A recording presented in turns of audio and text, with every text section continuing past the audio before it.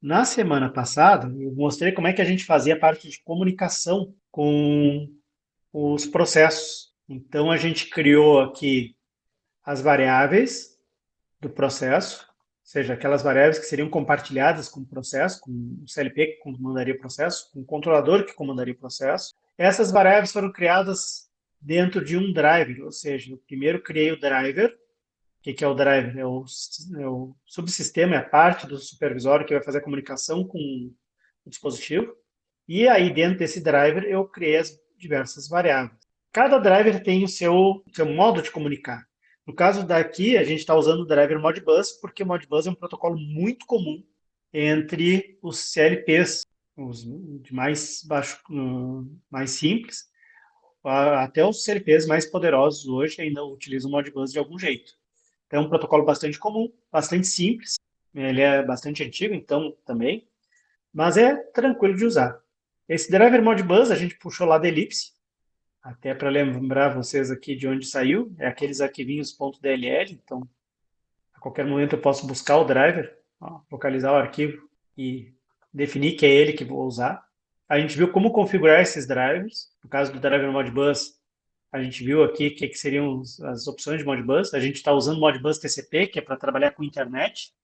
Então, rede de dados, ao invés de um cabo ligado direto no CLP, como vocês faziam lá com o Rogério, sistemas de automação. A gente configurou aqui os parâmetros da nossa rede lá, onde seria o servidor, onde seria o CLP que vocês utilizariam. A gente usou esse endereço aqui, que é um endereço chamado de localhost. Esse endereço, independente do computador que vocês usarem, sempre vai fazer referência ao computador mesmo que vocês estão usando, não é nenhum outro equipamento. Então, todo computador ele é 127.0.0.1. E isso significa o quê? Que o meu controlador, na verdade, seria um programa que estaria rodando nesse PC. Se fosse um CLP mesmo ligado na rede, ele teria um endereço IP, teria um endereço de rede, e tu utilizarias ele. A gente usou na semana passada o Modbus Simulator da Ellipse. Não sei se vocês lembram, esse sujeitinho aqui. Não sei se vocês lembram desse sujeitinho aqui. A gente usou ele para fazer a simulação do CLP. Simulação do CLP é até um pouco forte, né? A gente está fazendo simulação de comunicação do CLP, porque a gente não tem um programa que faça alguma coisa de automação aqui. Na verdade, a gente só vai enxergar as variáveis que o CLP compartilha com um supervisório através de Modbus.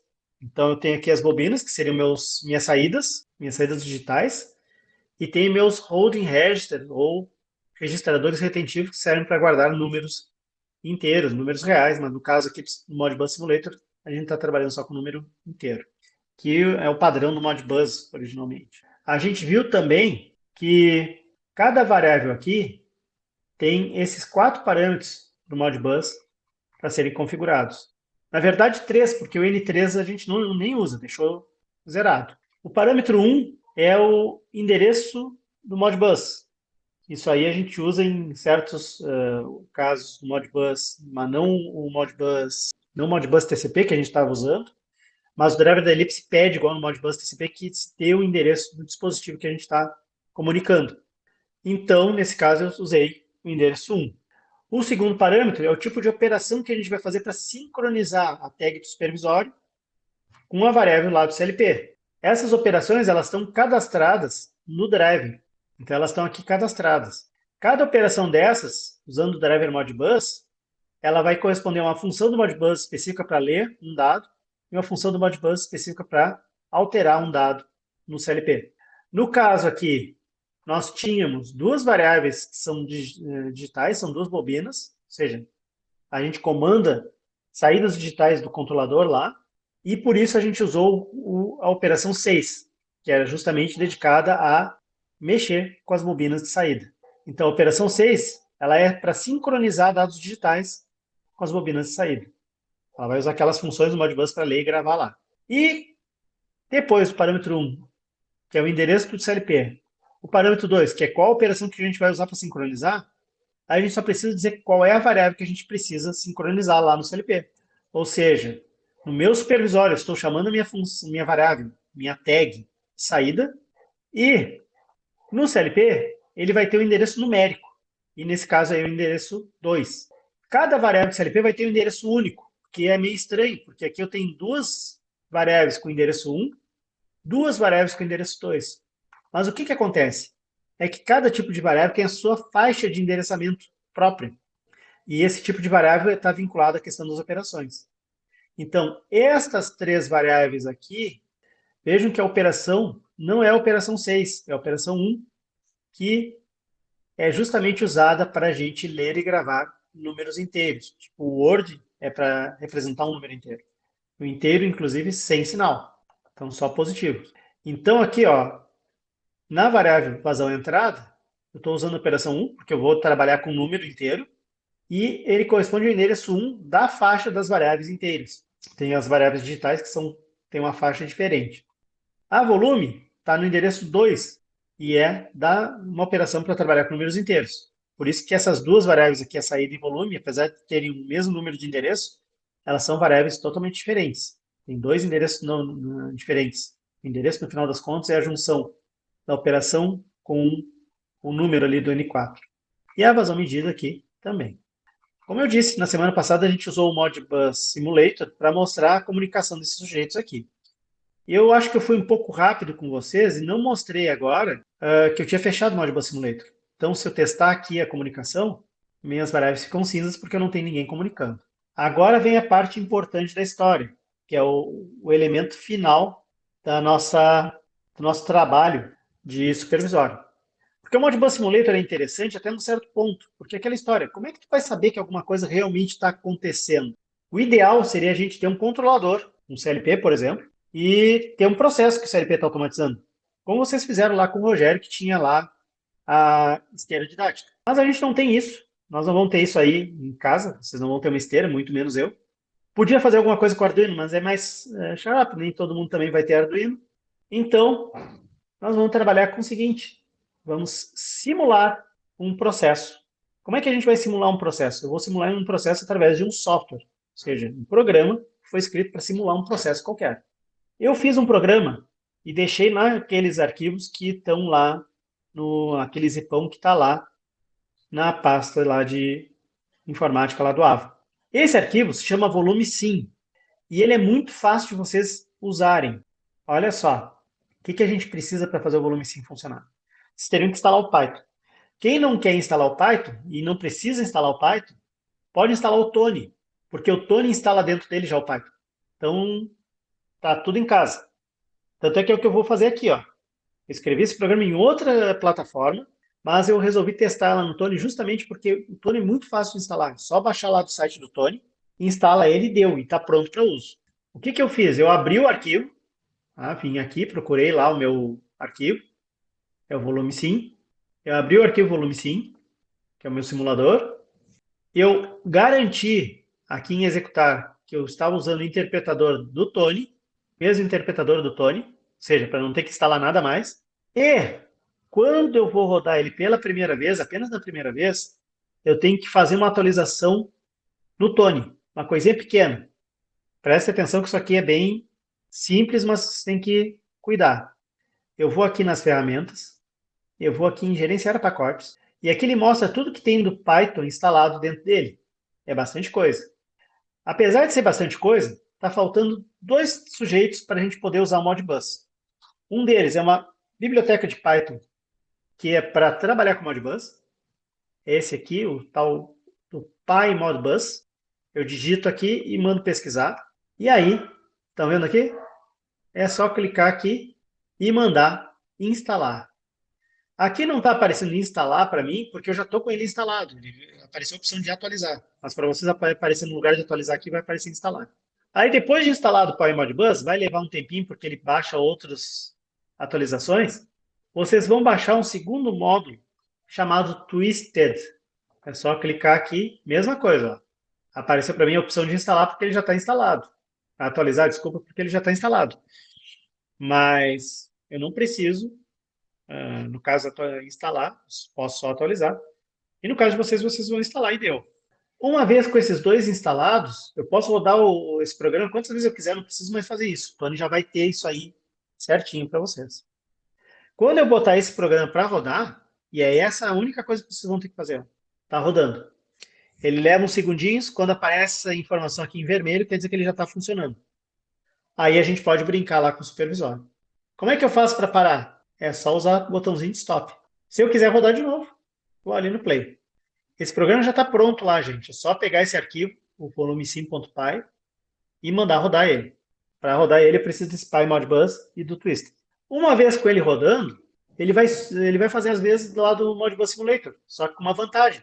Ele não apenas se comporta com o Modbus Simulator conversando com o supervisório, como cada ação que vocês fizerem com o supervisório, vocês modificarem aqui nas variáveis, vai ser como se o processo estivesse funcionando de verdade. As variáveis vão mudar. Esse processo é exatamente o que a gente fez nas últimas duas conversas. É esse processo aqui de controle de volume. Então, esse programa simula um tanque que estaria com uma entrada e com uma saída. Vamos ver ele conversando aqui, ó. Tá vendo aqui? Vou ativar a comunicação. Aquele programa que eu coloquei para rodar lá no Tony, o volume sim, ele está fazendo a simulação de um processo de volume, ou seja, daquele processo do tanque que a gente estava desenhando antes. Observem que aqui estão as minhas variáveis, estou testando a comunicação do supervisório com o simulado, e já na partida, o volume começa com 750 litros. Como é que eu sei que esse cara está funcionando? Bom, eu posso abrir a saída aqui, ó. Vou digitar 1 e eu abri a minha saída e vocês vejam que aqui o volume está diminuindo, porque eu abri a válvula de saída e ela trabalha com uma vazão fixa. Claro, está diminuindo num ritmo muito rápido porque eu botei esse processo acelerado. Pode levar mais tempo do que isso, né? Mas é que eu quero justamente poder enxergar isso num tempo curto. Se eu quiser fechar a válvula, eu só aperto um zero aqui, fechei a válvula. Parou agora. Se eu ligar o conjunto de saída, não vai acontecer nada porque eu preciso definir uma vazão. Desculpa, o conjunto de entrada tem que definir uma vazão. Então, por exemplo, definir que é 300 litros por hora e vejam que a vazão medida está 300, ele conseguiu medir a vazão, e o volume está aumentando. Se eu apertar a saída aqui e ligar, continua diminuindo porque a vazão de saída é maior que a de entrada. Se eu botar aqui a vazão de 500, que é a vazão da válvula de saída, ele deveria ter parado, mas é que ele para. Ah, claro, foi na vazão medida, desculpa. Tem que ser na vazão de entrada. Se eu botar a vazão de entrada 500, observe aqui, ó, mesma quantidade que está entrando está saindo. Se eu botar 550, ela vai começar a subir devagarinho. Se eu fechar a válvula de saída, aí sim ela vai subir rápido. Quem está fazendo essa parte aí da simular que o processo está existindo, está executando, está acontecendo lá no tanque, é esse programinha em Python que eu mostrei para vocês. Ele está naquele zip lá, só lembrando. Eu vou parar aqui, vou fechar as duas válvulas e vou desativar a comunicação. Por quê? Porque eu já testei essa comunicação com as variáveis, então não tem nenhum problema. Agora eu vou ver o supervisório rodando. Estão vendo aqui, ó, vazão de entrada. Vou abrir a saída. Cuidem que a bomba não está funcionando, o sistema inteiro da entrada não está funcionando.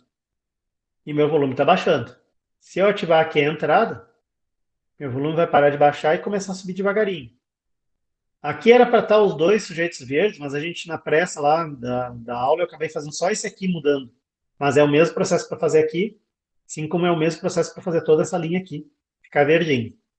Agora está na hora da gente completar esse supervisório com duas coisas relativamente tranquilas se prestarem atenção, e são coisas muito importantes.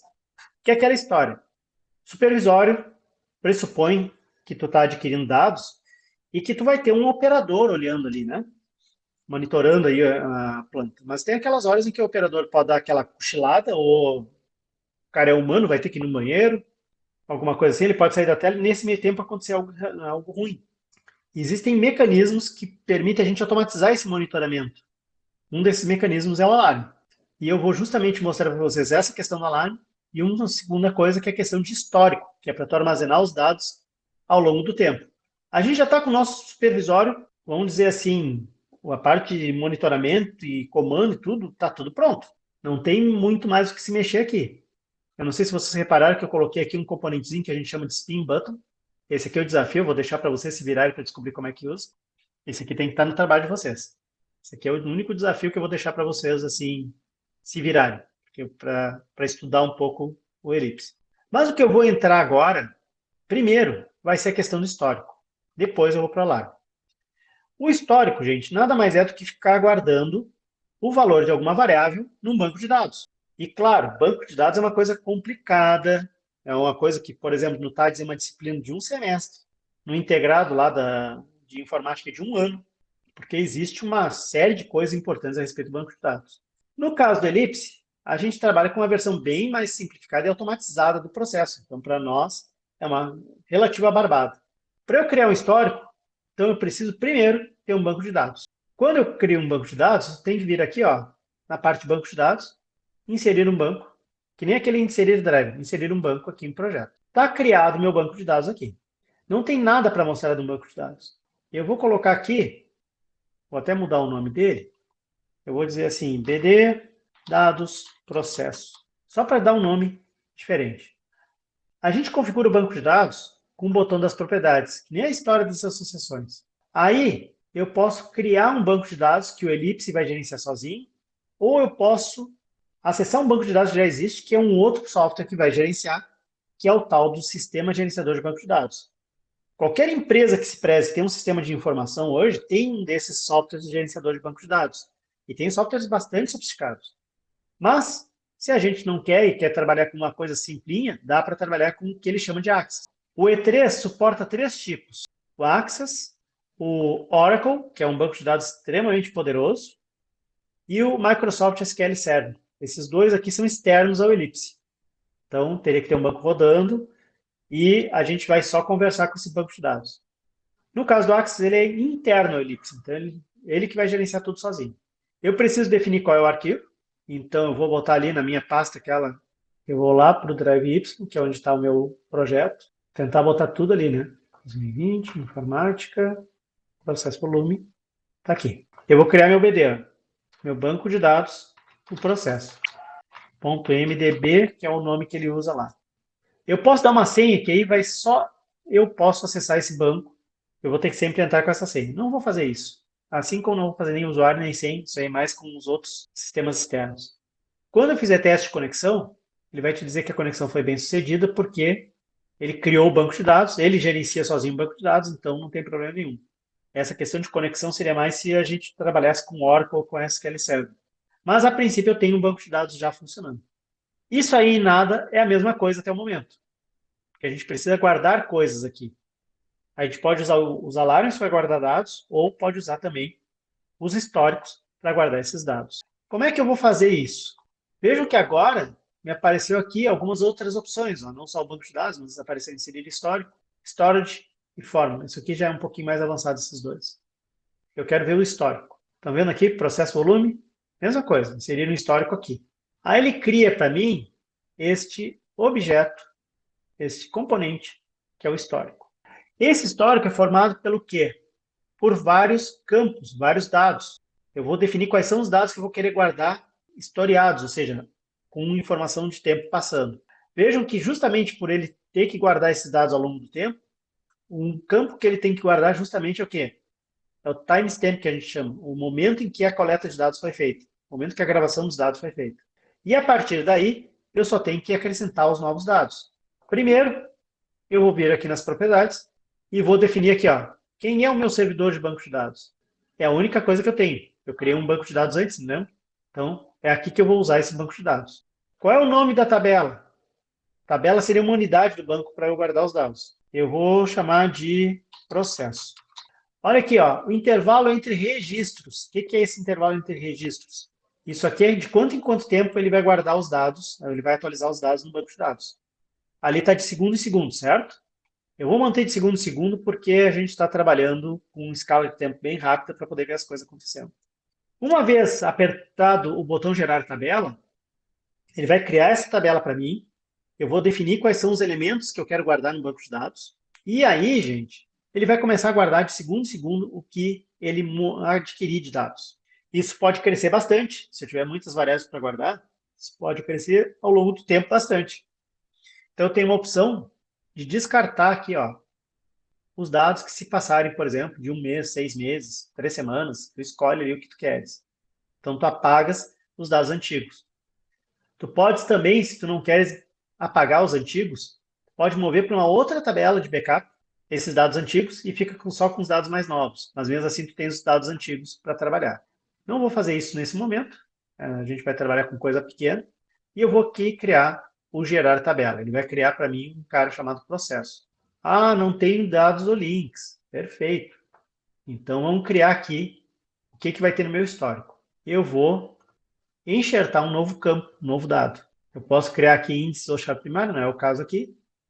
Eu vou criar aqui, ó, inserir um novo campo de histórico. O que eu quero guardar do meu processo? Eu vou guardar como é que está o volume a cada momento. Então, eu vou guardar o valor do volume. Tá vendo? Parece muito com aquela da associação. Ó. Eu vou guardar a vazão de entrada, o valor da vazão de entrada. E eu vou guardar, não vou guardar mais nada. Acabei fazendo bobagem aqui, salvei ela antes da hora. Mas eu posso alterar isso aí a qualquer momento. Eu vou guardar aqui se a entrada estava aberta ou fechada e se a saída estava aberta ou fechada. Viram que ele criou aqui, ó, campo 1, campo 2, campo 3, campo 4? Ele chama esses dados aí de campo.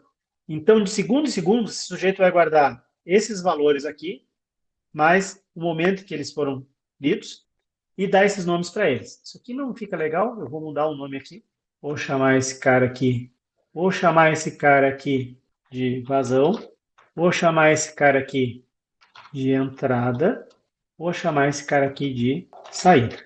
Aliás, aqui que eu tinha que ter mudado também.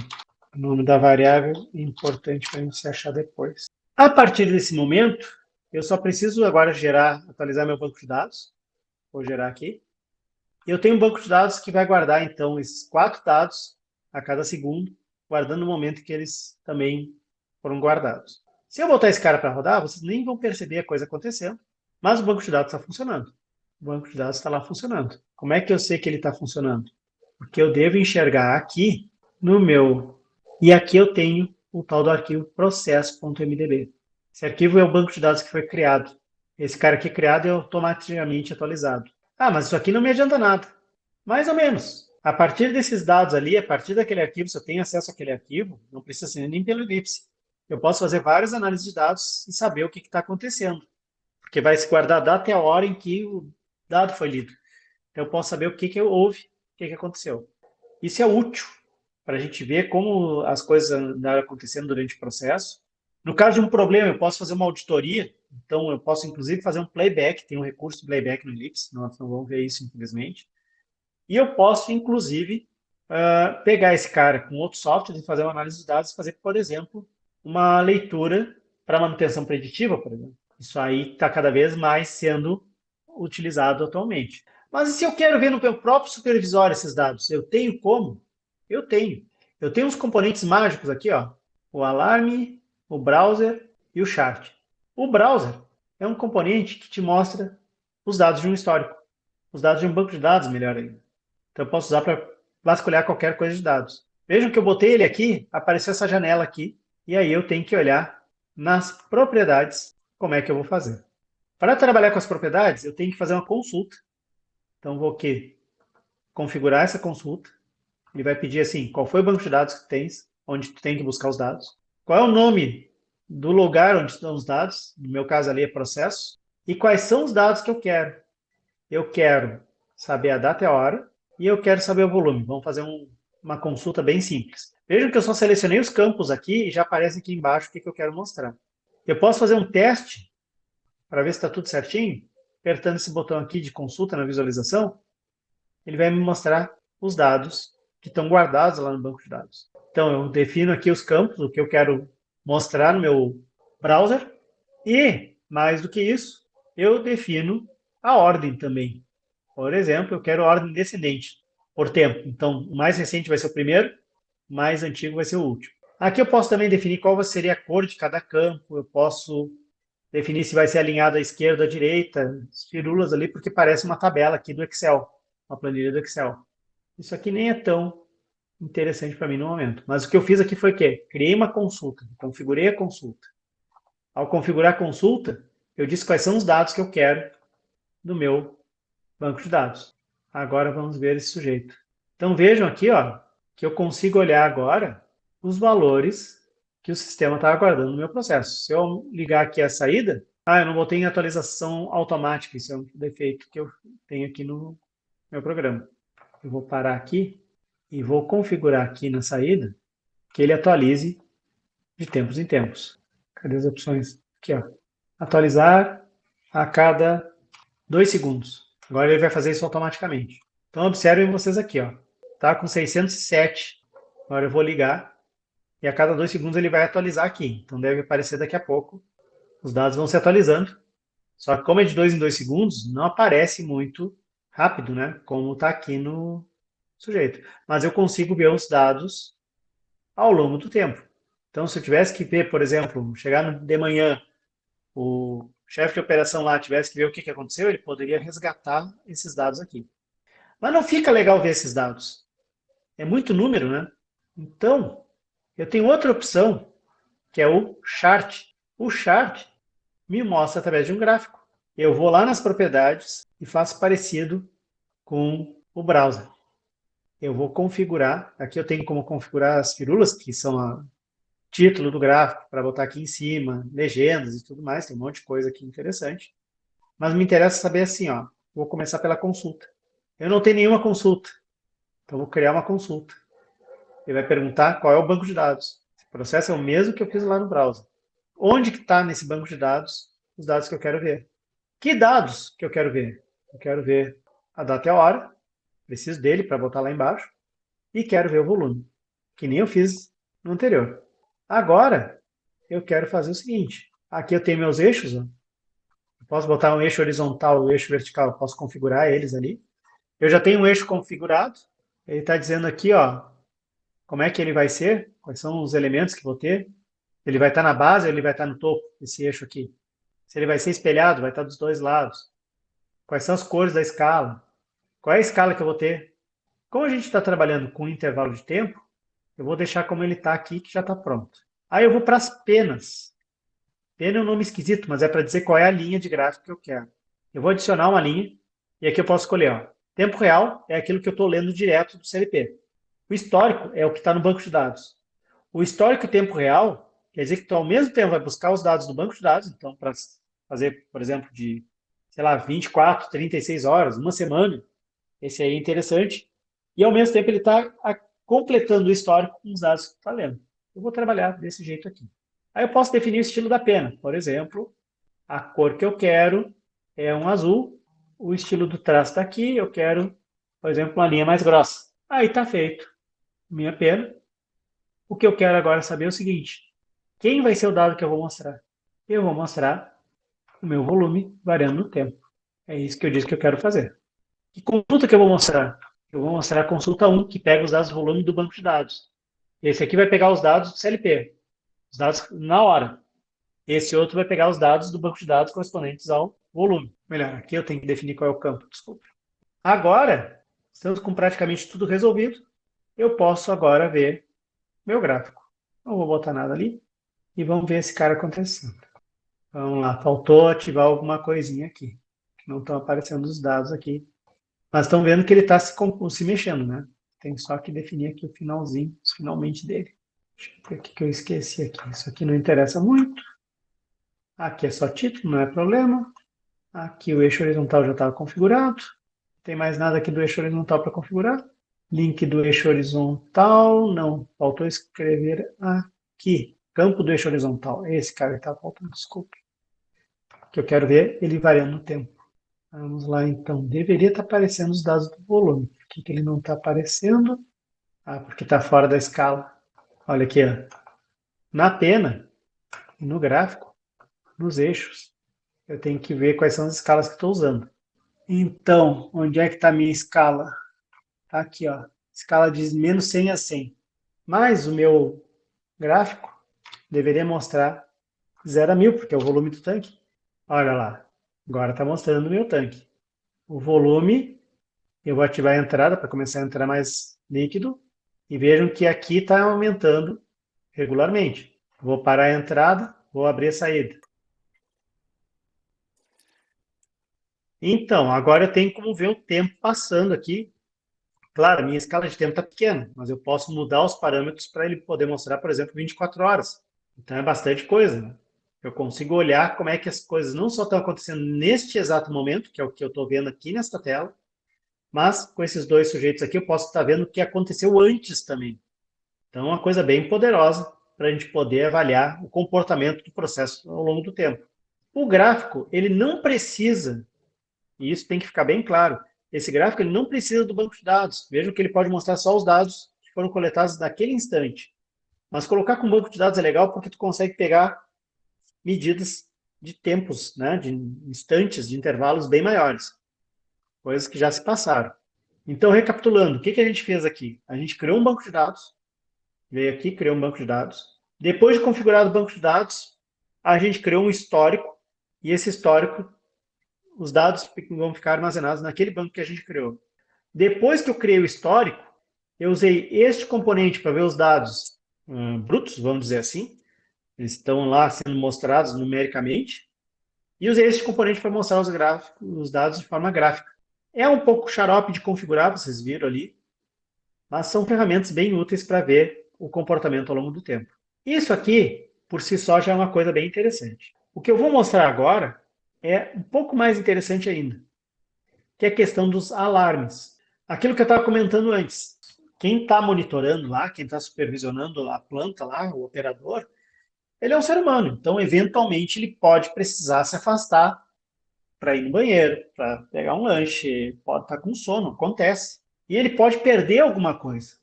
Ele pode perder algum evento, alguma anormalidade da planta. Isso é normal, isso acontece, mas a gente tem que tomar cuidado porque às vezes essa normalidade pode levar a um problema, pode levar a uma pane na planta, pode levar a uma pane no processo, até queimar um equipamento, ou coisa que vale.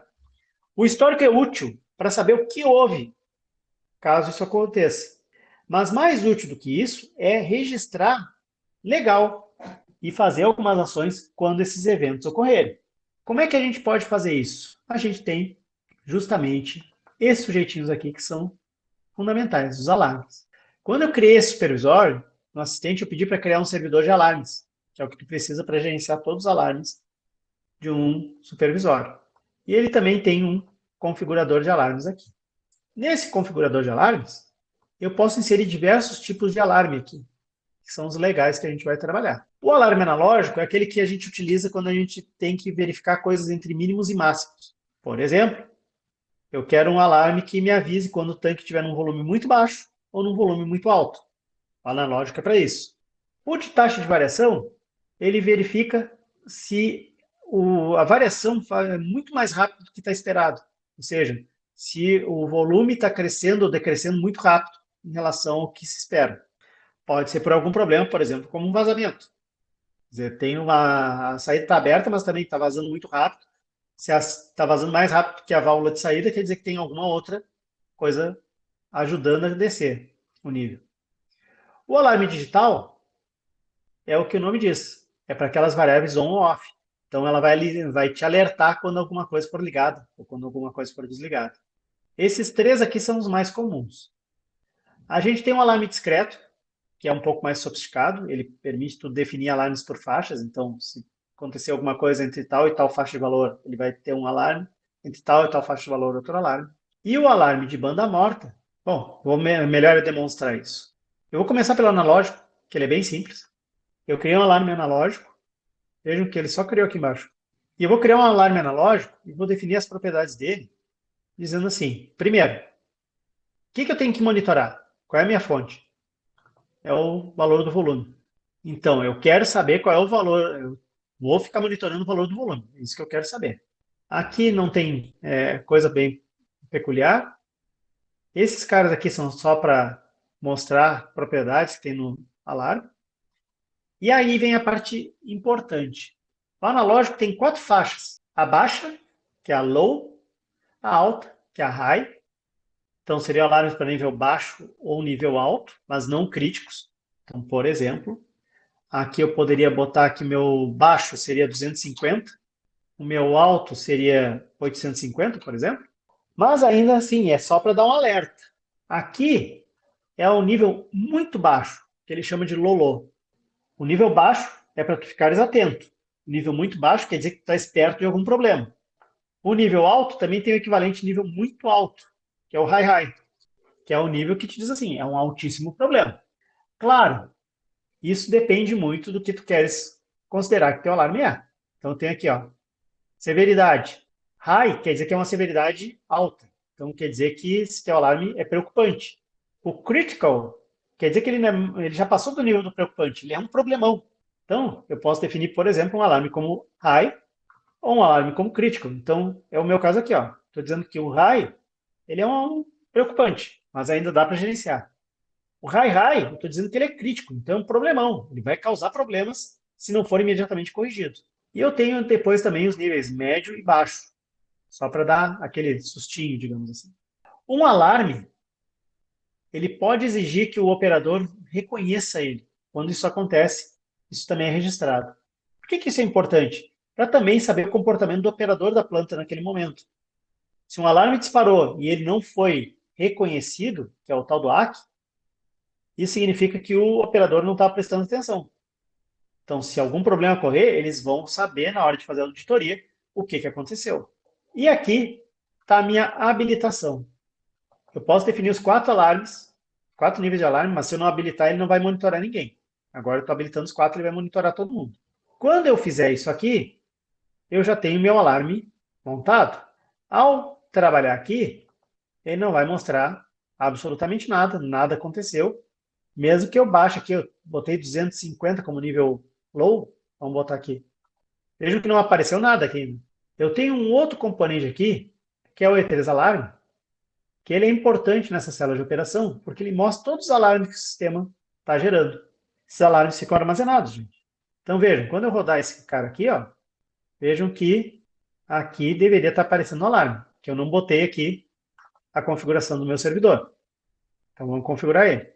Botei o E3 Alarme, agora eu vou dizer quem é que ele tem que mostrar. Vamos ver aqui, conexão alarme. Quem é meu servidor de alarmes? É o que eu já tenho criado. Podia ter um nome qualquer aqui.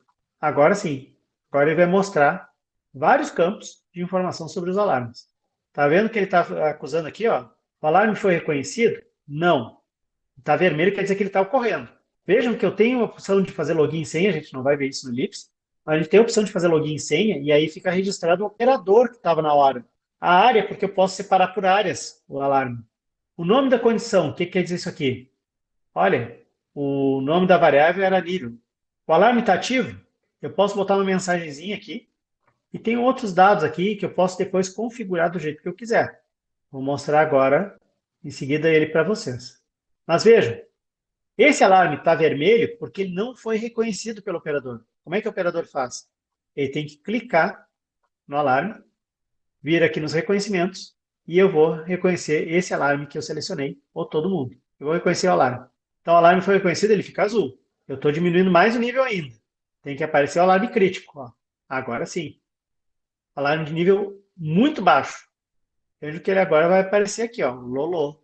Se eu não reconhecer esse alarme, ele vai ficar mostrando vermelhinho ali para mim e vai ficar registrado lá no banco. Agora, ele está reconhecido, está azul. Não quer dizer que o problema está resolvido.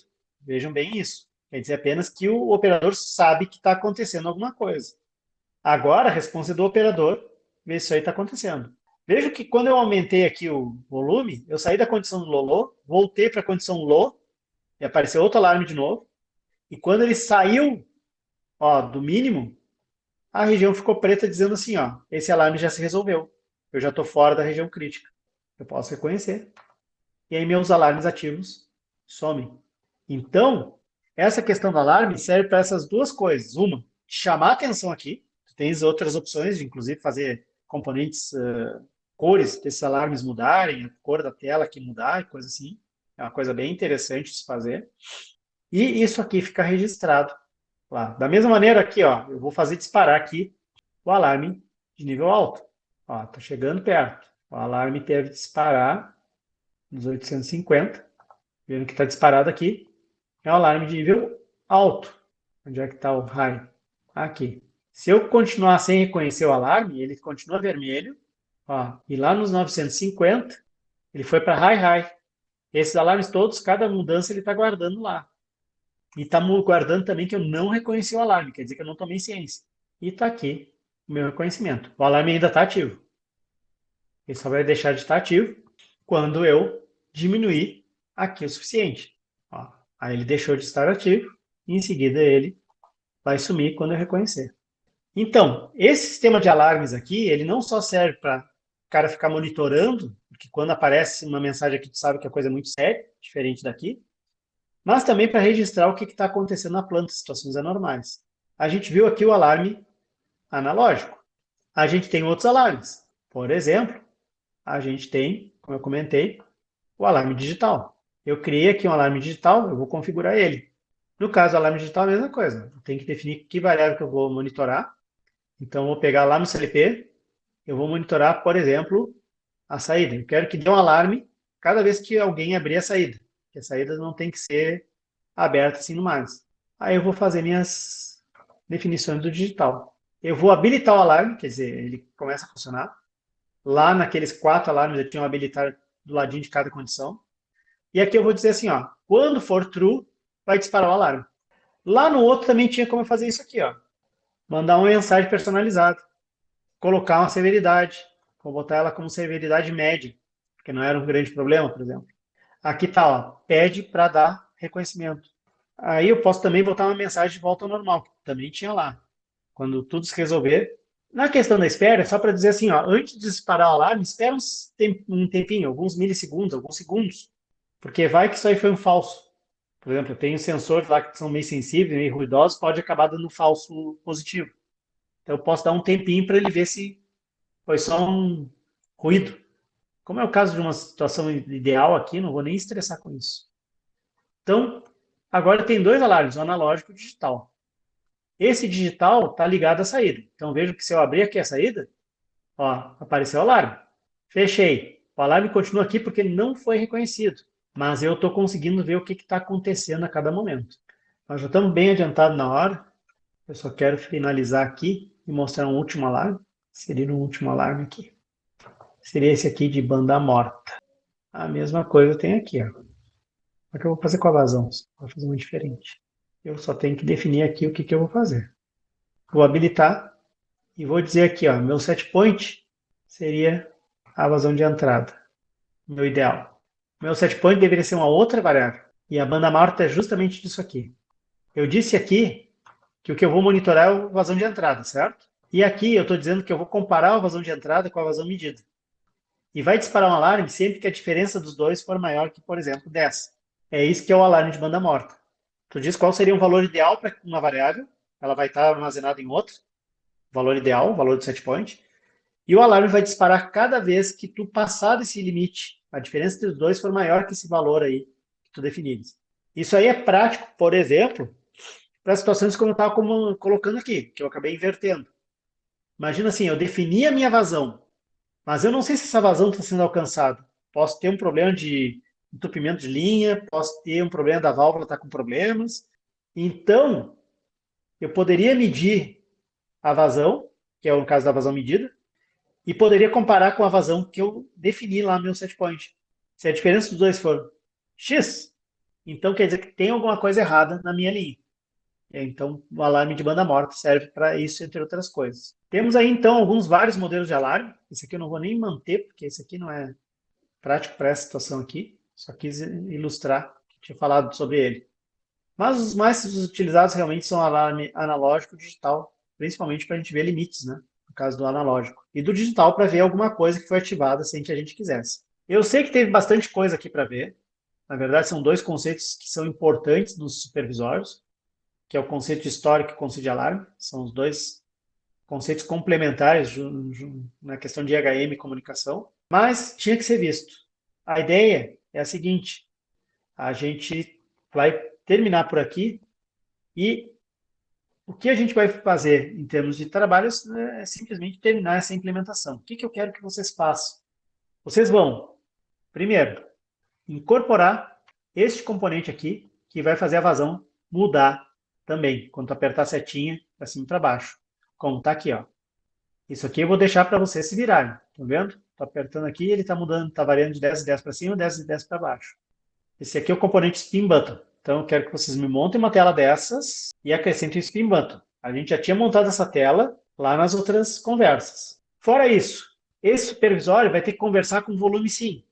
Se vocês viram como a coisa foi feita nas últimas conversas, principalmente na conversa passada, vocês viram como fazer a comunicação. As variáveis, as tags são as mesmas. O que eu fiz foi trocar o CLP, o Modbus Simulator, pelo programa volume sim. E por fim, eu vou querer que vocês coloquem um alarme. E este visualizador de alarmes para nível alto e baixo do tanque. Entendendo assim, nível alto acima de 800, nível baixo abaixo de 200. Só nível alto, nível baixo. Não quero low, não quero high. Só nível alto, nível baixo. E ele tem que disparar um alarmezinho. Ele tem que mostrar uma mensagem dizendo nível alto, tem que mostrar uma mensagem dizendo nível baixo. E acabou, gente. É isso aí que vocês vão me entregar. Eu quero ver se vocês conseguem me entregar isso aí até terça, para eu fechar as notas e poder lançar lá no sistema. Terça que vem. Professor, uma dúvida. Para Sim. enviar, como é que faz? Só me manda por e-mail. Tá, é uma ótima dúvida. Porque assim, ó, o que eu quero que tu me faça? Lembra que eu pedi Aquele, para colocar tudo numa pasta? aquela pasta processo de volume lá, enviar aquela pastinha. Isso. Tu vai pegar essa pastinha, vai zipar ela e vai mandar esse zip por e-mail. Tá, Tá? entendi. Só comprime e manda um ponto zip, um ponto .rar e me manda ela por e-mail. Beleza, Tranquilo? beleza. Tranquilo, É só isso que entendi. precisa. Tá. Só, É só ir só... lá abrir a pasta do estúdio esse, vai lá na projetos, vai estar essa pasta de processo de volume, né? O nome não está como processo volume. Eu não me lembro qual foi o nome que eu dei, mas é só pegar aquilo ali, abrir e trabalhar com tudo que tem aqui dentro. Deixa eu ver aqui. Eu É, tenho ela aqui. a minha tá com processo de volume. Se não Ah, me então é engano, isso eu aí mesmo. fiz igualzinho o senhor. Fui acompanhando, tá Tá. Então é igualzinho. isso aí mesmo. Tá? Tanto é que Beleza, tu vê aqui, beleza. ó. Tá vendo que as coisas estão aqui soltas? Sim, sim, tá Tá? igualzinho o O meu que que lá. eu fiz? Pois é, o que que eu fiz? Eu copiei aqui para dentro da pasta, justamente para não me perder, porque eu vou usar tudo que tiver nessa pasta, eu não uso nada que está fora, tu entendeu? Beleza. Tanto é que até o Modbus DLL aqui, ó, tá vendo? Eu joguei para Sim, sim. cá. Uhum. Então, é isso aqui que eu quero que vocês me mandem no final das contas, tá? Essa pasta zipada. E aí eu tenho um supervisório completo. Tranquilo. Não esqueçam do seguinte, até teve alguns que chegaram um pouquinho depois desse início, tá? Mas para não perder tempo procurando lá no vídeo, assim, gente, o programa que a gente está usando para simular, ele já está pronto, é aquele volume sim, estava naquele zip, é só abrir ele em qualquer Python da vida. O que eu estava dando de sugestão? Quem instalou o Tony já tem tudo funcionando, já tem tudo para funcionar no Python. Porque o Tony não funciona só para o ESP32, ele funciona para PC também. Basta eu definir aqui, ó, que o meu interpretador é o mesmo do Tony, então eu não preciso instalar Python, não preciso instalar nada, só instalar o Tony.